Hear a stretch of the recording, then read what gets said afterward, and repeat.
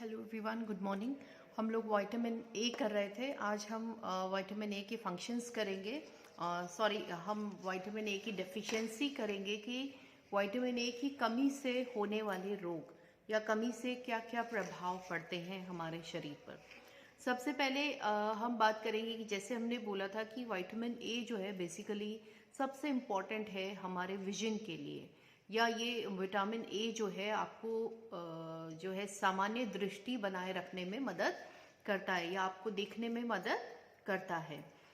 तो सबसे पहला है नाइट ब्लाइंडनेस। जब विटामिन ए की कमी होती है या हम आहार में विटामिन ए नहीं ले रहे हैं भरपूर मात्रा में, तो जो है हमें रात में या कम रोशनी में देखने में समस्या उत्पन्न हो जाती है। क्यों? क्योंकि हमने पढ़ा था कि विटामिन ए जो है वो रोडोप्सिन नामक एक पदार्थ जो है वो बनाता है, जो हमें अंधेरे के अंदर देखने में मदद करता है। तो जब विटामिन ए हम आहार में कम लेते हैं तो रोडोप्सिन जो है वो बनना बंद हो जाता है या उसमें कमी आ जाती है, जिसकी वजह से हम अंधेरे में देखना या शाम के समय पर हमें देखना जो है वो बंद हो जाता है, जिसे हम नाइट ब्लाइंडनेस बोलते हैं। फिर दूसरा है आपका कंजक्टिवाइटिस। जब विटामिन ए की कमी होती है तो इससे एक और समस्या हो जाती है, हिंदी में भी इनको यही कहेंगे कंजक्टिवाइटिस। तो कंजक्टिवाइटिस जैसे कि नाम से हम समझ लें इसको पहले थोड़ा। कंजक्टिवाइटिस यानी इसका जो सफिक्स है वो है आइटिस। लास्ट में इसके क्या आता है? आइटिस। जहाँ पर भी आइटिस आता है तो हम ये समझ लें कि उस कंडीशन में क्या होता है, इचिंग होती है, यानी खुजली आना, स्वेलिंग होना, उस जगह का लाल हो जाना। तो कंजक्टिवाइटिस का क्या मतलब है कि हमारी आंखों में विटामिन ए की कमी की वजह से जो है ड्राइनेस आ जाती है, फिर उससे इचिंग होती है, स्वेलिंग हो जाती है और घाव जो है वो हो जाते हैं। इसे हम क्या कहते हैं? कंजक्टिवाइटिस। ठीक है, आंखों का हमेशा लाल रहना, जो पलकें हैं वो स्वेलिंग आ जाना, खुजली आना, ये सब जो समस्याएं हैं वो कंजक्टिवाइटिस में उत्पन्न होती हैं। उसके बाद जो तीसरा स्टेप है, यानी ये स्टेप्स बेसिकली एक के बाद एक प्रोसीड करते हैं कि पहले थोड़ी कमी है तो नाइट ब्लाइंडनेस हुआ, फिर कंजक्टिवाइटिस हो जाएगा, फिर है जीरोप्थेल्मिया। जीरोप्थेल्मिया क्या होता है? इसके अंदर जो कॉर्निया का मेम्ब्रेन है आपका वो एकदम ड्राई हो जाता है। ठीक है, वो सूखने लगता है, या जो उस कॉर्निया की जो मेम्ब्रेन की जो सेल्स हैं, जो कोशिकाएं हैं, वो ड्राई हो जाती हैं, शुष्क हो जाती हैं, और फिर उसमें जो है रेडनेस हो जाती है या वो लाल हो जाती हैं। और धीरे धीरे जो है जीरोप्थेल्मिया में क्या होता है कि एक धुंधलापन जो है वो आंखों के सामने रहने लग जाता है या धुंधलापन आ जाता है। और क्योंकि जो इसकी कॉर्निया की जो कोशिकाएं हैं उनमें ड्राइनेस है, ड्राइनेस होगा तो मतलब कोशिका जो है कहीं ना कहीं डैमेज हो जाएगी। कोशिका अगर डैमेज है तो इजीली उसके अंदर कोई भी इन्फेक्शन आसानी से प्रवेश कर जाता है, तो जीरोप्थेल्मिया में जो है वो इन्फेक्शन भी हो जाता है। इसके बाद है बिटॉट स्पॉट। बिटॉट स्पॉट जो है देखिए इन सबके नाम, क्योंकि ये बीमारियों के नाम हैं, इसलिए हिंदी में भी हम इनको सेम वर्ड से ही बुलाएंगे। बिटॉट स्पॉट हिंदी में आप लिख देंगे इसको बिटॉट स्पॉट। ठीक है, ग्रे स्पॉट्स जो हैं वो हमारे जो हमारा वाइट पार्ट है आंखों का, उसके ऊपर जो है आपको ग्रे कलर के तिकोने जैसे जो है स्पॉट्स या धब्बे जो है वो दिखाई देने लगते हैं। अगर इसे हम कहते हैं बीटॉट स्पॉट, यानी सिलेटी रंग के धब्बे जो है हमारे वाइट वाले पार्ट पर जो है वो दिखाई देने लगते हैं विटामिन ए की कमी की वजह से। अगर इस स्टेज तक, ठीक है, इस स्टेज तक यानी अगर नाइट ब्लाइंडनेस भी हो गया, कंजक्टिवाइटिस हो गया, जीरोप्थेल्मिया हो गया, फिर बिटॉट स्पॉट, ठीक है, तो बिटॉट स्पॉट तक भी अगर आप विटामिन ए का ट्रीटमेंट कर लेते हैं, इस चीज का ट्रीटमेंट कर लेते हैं। ट्रीटमेंट क्या है कि हम विटामिन ए जो है सप्लीमेंट करें किसी के आहार में, और जो है इसका जो है डोजेस जो है अलग से जो मेडिकल जो डोज उसमें डोजेस आती हैं, वो भी विटामिन ए जो है वो पेशेंट को अगर दिया जाता है तो यहाँ तक बिटॉट स्पॉट तक भी हम अंधेपन को रोक सकते हैं। व्यक्ति को या किसी को भी अंधा होने से या उसकी आंखों को हम बचा सकते हैं। उसके बाद का स्टेप होता है, जो 5वां स्टेप होता है, वो होता है केरेटोमलेशिया। इसको हम बोलते हैं केरेटोमलेशिया। इसके अंदर क्या होता है, जो हमारा कॉर्निया है वो पूरी तरह से गल कर जो है वो नष्ट हो जाता है। ठीक है, क्योंकि हमने देखा बीट आउट स्पॉट तक क्या होता है कि लाल भी हो जाती हैं, घाव हो जाते हैं, ड्राइनेस आ जाती है, इन्फेक्शन हो जाता है। अब यहाँ तक भी अगर ट्रीटमेंट नहीं किया गया या किसी तरीके का कोई सप्लीमेंट प्रोवाइड नहीं किया गया या विटामिन ए की डोज अगर नहीं दी गई, तो उसके बाद की जो स्टेज होती है, अगर सिवियर मैल न्यूट्रिशन हो गया, इसके अंदर सिवियर डेफिशिएंसी हो गई विटामिन ए की, तो इस कंडीशन में जो है नेक्स्ट स्टेप क्या होता है, केरेटोमलेशिया, जिसके अंदर जो कॉर्निया है वो पूरी तरह से डैमेज हो जाता है या गल जाता है, उसके अंदर अल्सर हो जाता है और स्कार और धीरे धीरे जो है ब्लाइंडनेस आ जाती है या अंधापन उत्पन्न हो जाता है और व्यक्ति अपनी आंखों की दृष्टि खो देता है। ठीक है, इसके बाद जो नेक्स्ट जो है डेफिशिएंसी का, तो ये तो है आईज से रिलेटेड कि अगर विटामिन ए की डेफिशिएंसी अगर होती है तो हमारी आंखों पर इसका क्या प्रभाव पड़ता है। देखिए, फिर से बता रही हूँ एक बार। सबसे पहला है नाइट ब्लाइंडनेस, की रात में जो है दिखना बंद हो जाता है। फिर कंजक्टिवाइटिस आइटिस, जैसे मैंने बोला कि इन्फ्लेमेशन, इचिंग है ना, रेडनेस, स्वेलिंग, खुजली, ये सब चीजें हो जाती हैं। जीरोप्थेल्मिया, ठीक है, इसके अंदर भी रेडनेस हो जाती है, धीरे धीरे धुंधलापन आ जाता है। बीट आउट स्पॉट में क्या होता है, ग्रे कलर के जो है चकत्ते आपको दिखाई देते हैं आपकी व्हाइट पार्ट पे आंखों में।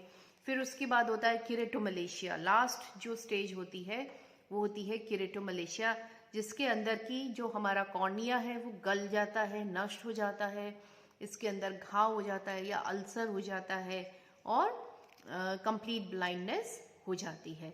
इसलिए विटामिन ए का जो है विशेष जो है हमें ध्यान रखना चाहिए अपनी आंखों की ज्योति के लिए या अपने स्वास्थ्य को बनाए रखने के लिए। इसके अलावा इसके हमने पढ़ा था इसके यूजेस के अंदर के इसके जो है स्किन के ऊपर भी इसका जो प्रभाव पड़ता है कि स्किन को ये मॉइस्ट बनाए रखता है, हमारी त्वचा को ये नरम और मुलायम बनाए रखता है विटामिन ए। तो विटामिन ए की कमी से जो त्वचा के अंदर जो है फॉलिकुलर हाइपरकेरेटोसिस हो जाता है। फॉलिकुलर हाइपरकेरेटोसिस में क्या होता है कि इसके अंदर जो एपिथेलियल सेल्स होती हैं, यानी कि जो हमारी उपकला जो उत्तक होते हैं हमारे, वो जो है वो ड्राई हो जाते हैं, रूखापन आ जाता है, उनमें सूख जाते हैं। और स्किन के ऊपर हम अगर देखें तो स्किन जो है वो खुरदरी हो जाती है, रफ हो जाती है और इसके ऊपर छोटे छोटे जो है स्पॉट्स जैसे आपको नजर आते हैं, जो कि खुरदरे होते हैं, रफ होते हैं। तो इस कंडीशन को हम जो है टोड स्किन, फिनोडर्मा टोड स्किन भी कहते हैं। तो ये जो टोड स्किन है ये भी जो है आपकी विटामिन ए की कमी से हो जाता है। टोड स्किन यानी जो टोड होता है वो एक प्रकार का मेंढक होता है। मेंढक की स्किन जो होती है, फ्रॉग जो होता है उसकी स्किन स्मूथ होती है या चिकनी होती है मेंढक की स्किन, और ये जो टोड होता है दिखने में बिल्कुल मेंढक जैसा ही होता है, लेकिन जो इसकी त्वचा होती है, इसकी स्किन होती है, ये रफ और खुरदुरी होती है।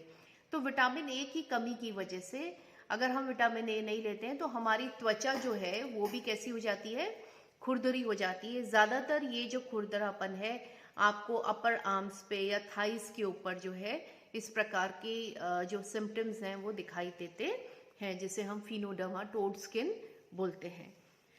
इसके अलावा जो हमारी लेक्राइमल जो है ग्रंथियां होती हैं, लेक्राइमल ग्लैंड्स जो होती हैं वो भी इससे इफेक्ट हो जाती हैं, वो नष्ट हो जाती हैं, आंखों में ड्राइनेस हो जाती है और जो है चिकनाहट जो है, नॉर्मल आंखें आप देखेंगे तो हमेशा मॉइस्ट रहती हैं। किसकी वजह से, ये जो लेक्राइमल ग्लैंड्स होती हैं, लेक्राइमल ग्लैंड्स का बेसिकली काम क्या है, आंसू को बनाना। ठीक है, आंसू बनाना, या सामान्यतया जो आप देखेंगे आपकी आंख हमेशा गीली रहती है, मॉइस्ट रहती है, तो ये लेक्राइमल ग्लैंड का कार्य होता है।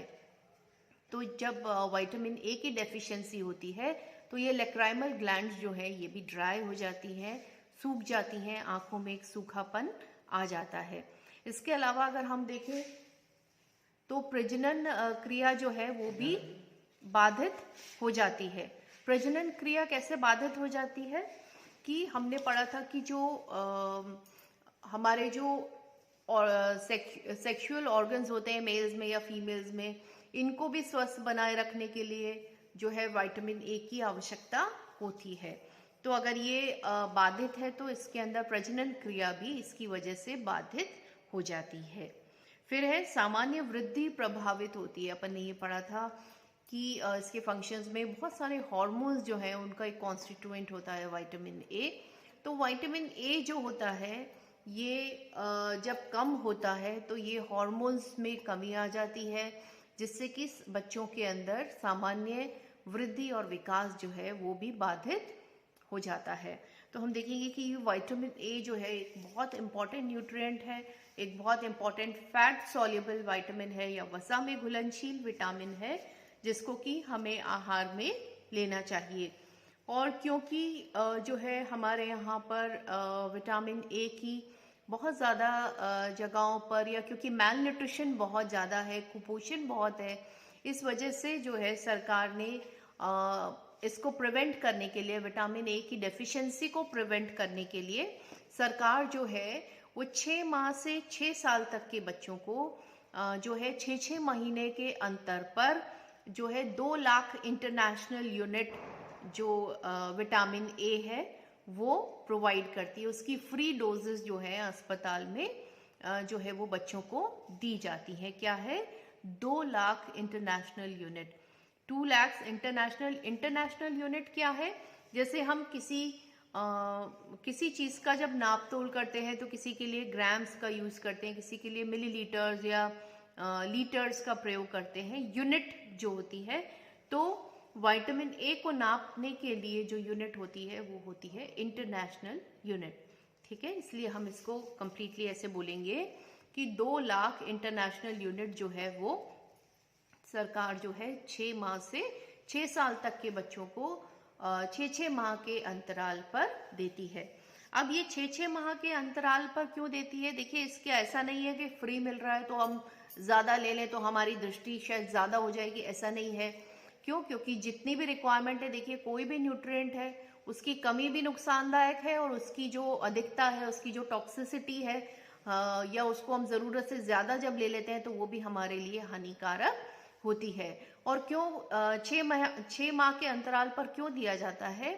क्योंकि 6 माह तक जो है, क्योंकि ये वसा में घुलनशील विटामिन है, जैसे मैंने आपको शुरुआत में बताया था कि जो विटामिन जो वसा में घुलनशील है वो हमारे शरीर में एकत्रित रहते हैं। तो हम 6 माह तक का जो है बच्चों को जो है एक तरह से डोज जो है उनको दे देते हैं, जो 6 माह तक उनके शरीर में स्टोर रहती है और उसका इस्तेमाल शरीर जो है वो 6 माह तक करता रहता है। इसलिए 6-6 माह के अंतराल पर दे देते हैं। जो जितने भी फैट सॉल्युबल विटामिन है इनको हमें जो है वो डेली बेसिस पे अगर हम ना लें तो भी हमारा काम चल जाता है, क्योंकि कहीं ना कहीं हमारा जो शरीर है वो इनको एकत्रित कर कर रखता है। ठीक है, अब हम देखेंगे कि विटामिन ए की अधिकता के क्या प्रभाव हैं। ठीक है, हमें किसी भी जो न्यूट्रिएंट है उसकी अधिकता भी देखनी है कि ज़्यादा ले लेंगे तो क्या नुकसान होगा, और अगर उसकी डेफिशिएंसी है या उसकी कमी है तो उससे क्या नुकसान होगा।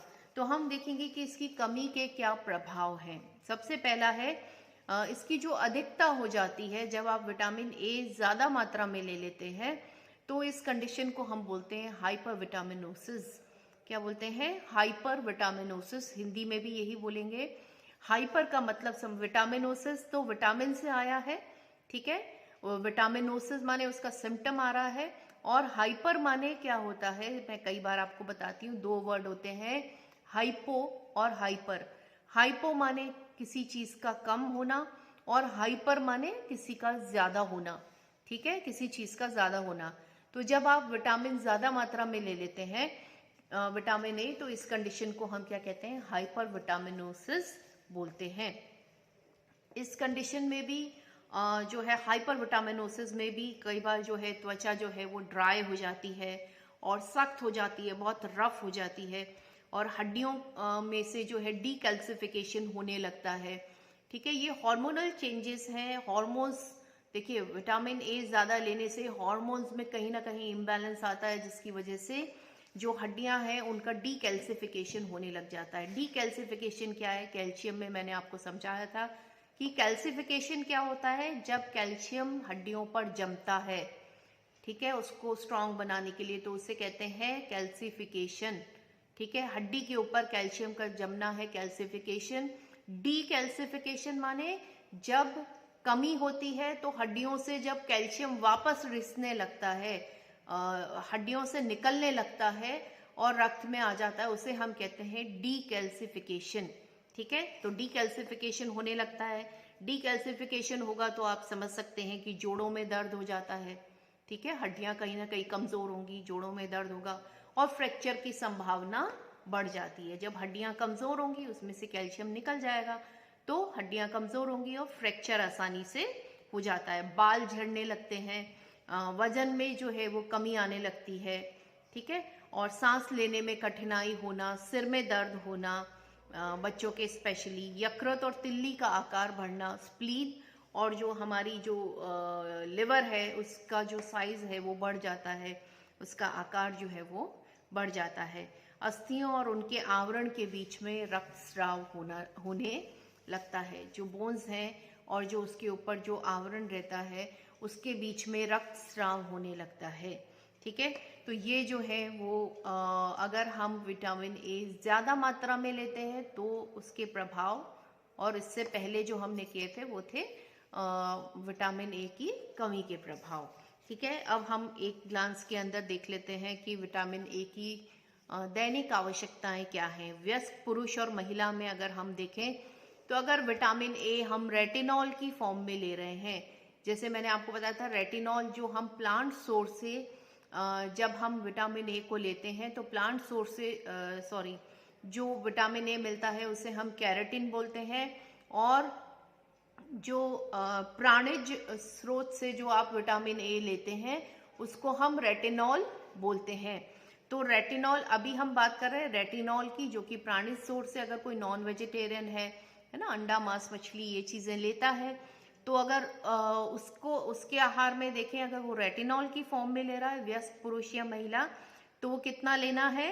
600 न्यूजी उसको पर डे, या एक दिन में 600 न्यूजी, महिला हो या वयस्क पुरुष हो, उसको इतना विटामिन ए रेटिनॉल की फॉर्म में लेना है।